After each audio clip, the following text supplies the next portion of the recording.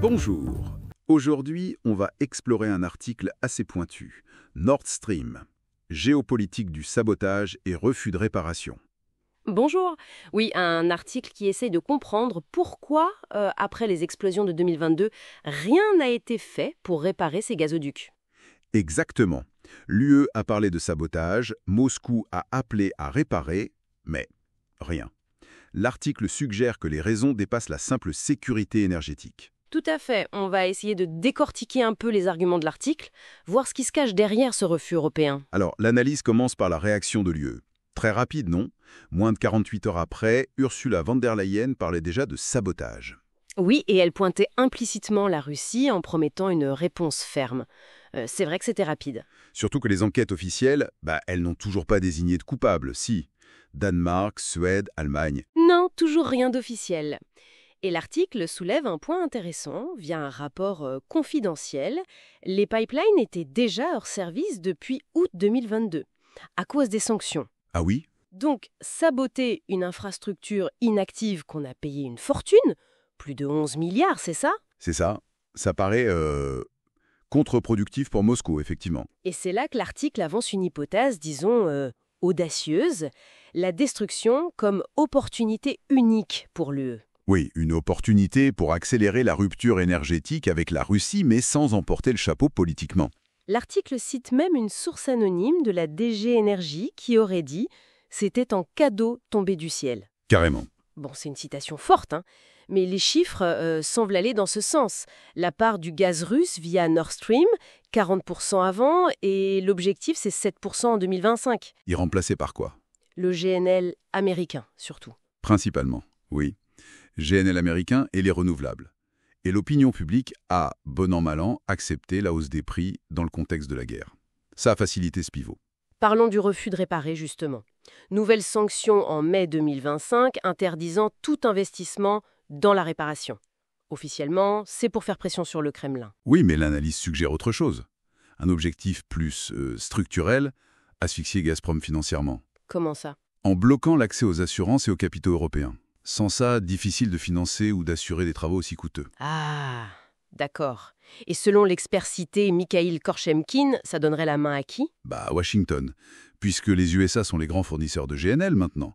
Ça permettrait de, je cite, verrouiller définitivement le marché européen. Intéressant. Et l'idée de reconvertir pour l'hydrogène vert que l'UE a mise en avant. L'article est assez sceptique. Klaus Müller, le chef de l'agence allemande des réseaux, parle de 5 milliards d'euros et 10 ans de travaux. Ah oui, quand même. C'est pas pour demain. Non. Et puis, l'AIE, l'Agence internationale de l'énergie, prévoit que l'hydrogène vert ne couvrira que 2% des besoins européens en 2035. Donc, Plus symbolique qu'autre chose, quoi. c'est un peu la conclusion de l'article sur ce point, oui. Alors, les bénéficiaires. Les États-Unis sont clairement désignés. Hausse de 270% des exportations de GNL vers l'Europe.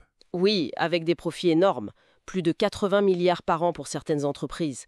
L'article cite Cheniere, il mentionne aussi un rapport du Sénat US et les propos de Blinken en 2022 sur la grande opportunité. Et l'Allemagne dont Trussa.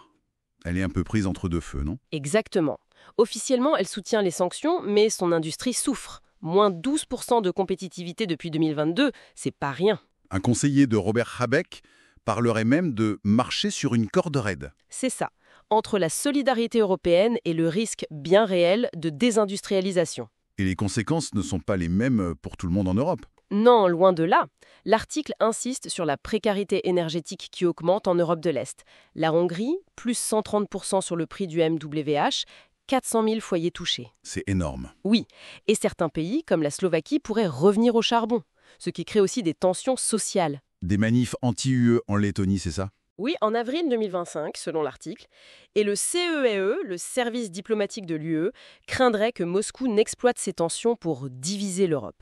Malgré tout ça, il y a des voix qui s'élèvent pour dire qu'on pourrait réparer. Le PDG de Total Energies, Patrick Pouyanné. Oui, il a estimé que 2 lignes sur 4 pourraient être remises en état en moins d'1 an. Mais Habeck, le ministre allemand, a été très clair. Parler de Nord Stream revient à trahir l'Ukraine. Ambiance. Voilà. Ce qui amène à la question de fond posée par l'article, cette ligne dure, elle est tenable combien de temps face aux réalités économiques et sociales? La question serait moins de savoir si on va réparer, mais plutôt quand et à quel prix politique. C'est un peu ça l'idée. La réparation semble techniquement possible, mais politiquement très sensible aujourd'hui. Donc, on voit bien la complexité du dossier, bien au-delà des déclarations officielles. Absolument. Et l'article termine sur une interrogation un peu provocante. Est-ce qu'en voulant punir la Russie, les Européens ne se sont pas tirés une balle dans le pied à long terme? Une question qui laisse à réfléchir, surtout quand on pense, comme le mentionne l'article, au méthane qui continue de s'échapper dans la Baltique. Oui, un symbole assez fort de cette relation énergétique complètement bouleversée. Merci d'avoir exploré ça avec moi. Merci à vous. Une affaire complexe, pleine de non-dits et d'enjeux cachés.